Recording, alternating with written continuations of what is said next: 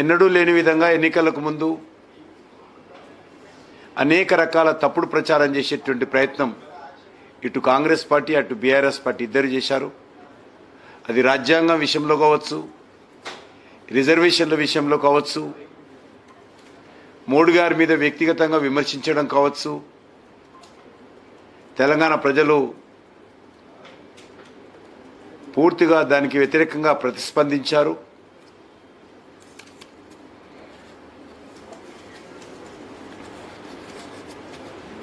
తెలంగాణలో ఎవరు గెలిచినా మా మద్దతుతోటే గెలుస్తారు, మేమే కీలకం అనే విధంగా మజ్లిస్ పార్టీ వ్యవహారం కూడా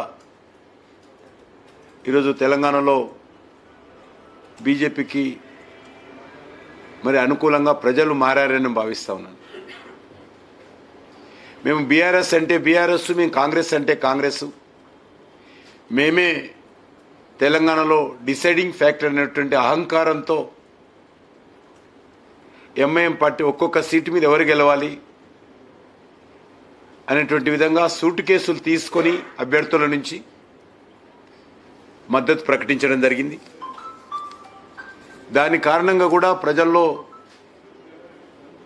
ఈరోజు మోడీ గారు రావాలనేటువంటి ఏకైక ఆలోచన,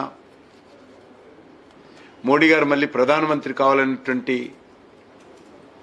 ఆకాంక్ష తెలంగాణ ప్రజల్లో చాలా స్పష్టంగా కనిపించింది. ముఖ్యంగా గ్రామీణ ప్రాంతాల్లో అనేక గ్రామాలు కాంగ్రెస్, బీజేపీ, బీఆర్ఎస్ కూర్చొని ఈసారి మన గ్రామం నుంచి మెజార్టీ ఓట్లు మోడీ గారికి వేద్దామనేటువంటి నిర్ణయం తీసుకోవడం అనేటువంటిది చాలా గ్రామాల్లో జరిగింది.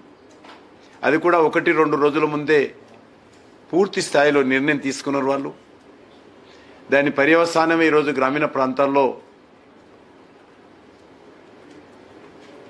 ఎక్కువ శాతం ఓట్లు బీజేపీకి అనుకూలంగా రావడం ఏదైతున్నదో చాలా స్పష్టంగా కనిపిస్తూ ఉంది. ఇన్నాళ్ళు బీజేపీ లేనటువంటి గ్రామాల్లో కూడా, బలంగా లేనటువంటి గ్రామాల్లో కూడా ఓటింగ్ శాతం మోడీ గారికి అనుకూలంగా, బీజేపీకి అనుకూలంగా చాలా స్పష్టంగా కనిపిస్తుంది. ముఖ్యంగా మహిళలు, యూత్ చాలా పెద్ద ఎత్తున బీజేపీకి అనుకూలంగా ఓటింగ్లో పాల్గొన్నారు. ఏదైతే Revanth Reddy and company, KTR and company వీళ్ళు రాజ్యాంగం మారుస్తారు, రిజర్వేషన్ ఎత్తేస్తారని ఇద్దరూ పల్లెవెత్తుకున్నారు. ముందు కాంగ్రెస్ ఎత్తుకున్నటువంటి పల్లవి మేమే వెనుకబడిపోతామనే ఉద్దేశంతో బీఆర్ఎస్ కూడా అదే పల్లెవెత్తుకున్నది. కానీ ప్రజలు ఆ స్టేట్మెంట్ చూసి నవ్వుకుంటున్నారు. ఈ దేశంలో రిజర్వేషన్స్ ఎత్తేసేటువంటి శక్తి ఎవరికీ లేదు. ప్రధానమంత్రి గారు ఒక మాట ముందుకెళ్ళన్నారు, డాక్టర్ బాబాసాహెబ్ అంబేద్కర్ గారు అనుకున్నా కూడా రిజర్వేషన్ ఎత్తేయలేరు. అటువంటి విధంగా ఈరోజు పటిష్టంగా ఈ దేశంలో రిజర్వేషన్స్ అమలు జరుగుతూ ఉన్నాయి. నా కంఠంలో ప్రాణం ఉండగా రిజర్వేషన్స్ నిర్వీర్యత కానివ్వను, మరింత అంకిత భావంతో రిజర్వేషన్స్ను అమలు చేస్తానని ప్రధానమంత్రి గారు చెప్పారు. కాబట్టి అంత స్పష్టంగా చెప్పిన తర్వాత కూడా తాను పట్టిన కుందేలకు మూడే కాలు అనే విధంగా గత ఎన్నికల్లో ఏదైతే బీజేపీ, బీఆర్ఎస్ అనేటువంటి ఒక నినాదంతో కాంగ్రెస్ పార్టీ అధికారంలోకి వచ్చిందో, ఈసారి రాజ్యాంగము, రిజర్వేషన్స్ నినాదంతో తెలంగాణలో గెలవాలని రేవంత్ రెడ్డి కుట్ర చేశాడు. ఆ రోజు అదేవిధంగా తప్పుడు ప్రచారం చేసి సక్సెస్ఫుల్గా బీజేపీ, బీఆర్ఎస్ ఒకటి అనే నినాదంతో కాంగ్రెస్ పార్టీ బీజేపీని వెనుకకు నెట్టేసి ఆ రోజు అధికారంలోకి వచ్చింది. మళ్ళీ ఇప్పుడు పార్లమెంట్ ఎన్నికల్లో కూడా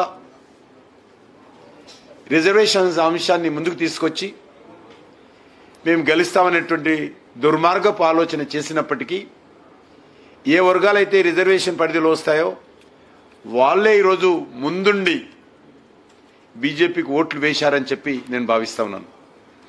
1% కూడా రేవంత్ రెడ్డి మాట ఎవరు నమ్మలేదు.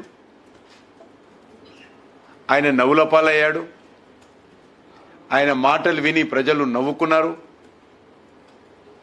ఒక విచిత్రంగా ఆయన మాటలను ప్రజలు మరి ఈరోజు విన్నారని ఈ సందర్భంగా మనం చేస్తున్నాం.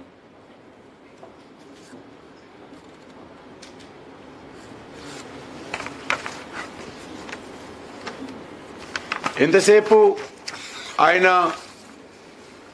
ఏవైతే గ్యారంటీలు ఇచ్చాడో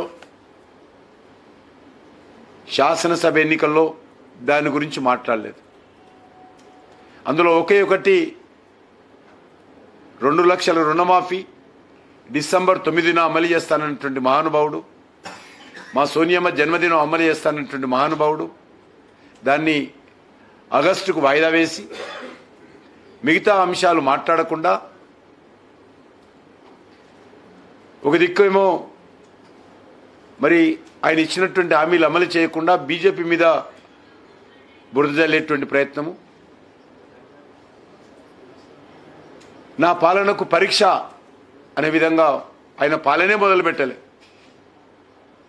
ఆయన ఇంతవరకు పాలనే మొదలుపెట్టకుండా నా పాలనకు పరీక్ష అన్నాడు.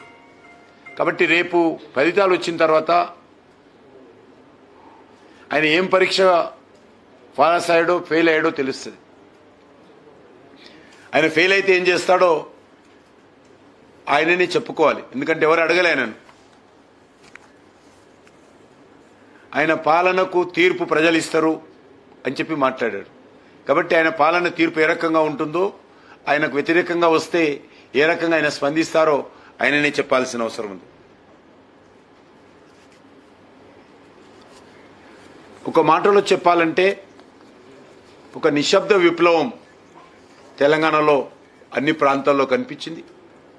మేము డబుల్ డిజిట్ సీట్స్ తప్పకుండా సాధిస్తామని అప్పుడు చెప్పాము, ఇప్పుడు కూడా చెప్తా ఉన్నాను.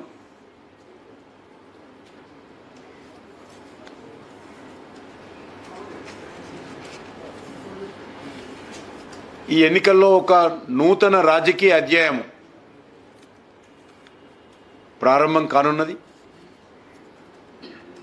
భారతీయ జనతా పార్టీ ఒక ప్రత్యామ్నాయ శక్తిగా ఇటు కాంగ్రెస్ పార్టీకి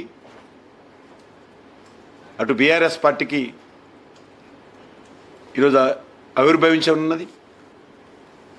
అంతేకాకుండా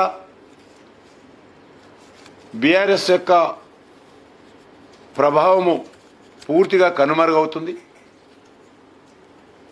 ఆ పార్టీ తెలంగాణ రాజకీయాల్లో ఇర్రెలవెంట్గా ఈరోజు అవతరించనున్నారు.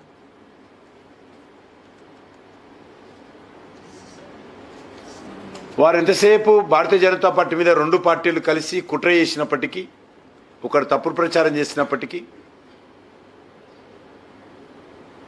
ఈరోజు తెలంగాణ ప్రజలు నరేంద్ర మోడీ గారికి అండ చూపించారని సందర్భంగా మనయేస్తున్నాను. గతంలో వారు బీఆర్ఎస్ కోటేశారు, తర్వాత కాంగ్రెస్ పార్టీ కోటేశారు, ఈసారి భారతీయ జనతా పార్టీకి వేయబోతున్నారు.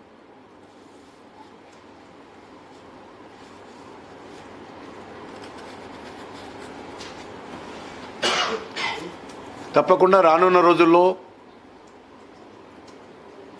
తెలంగాణలో ఒక ఆర్థిక సంక్షోభం ఏర్పడేటువంటి ప్రమాదం ఉంది.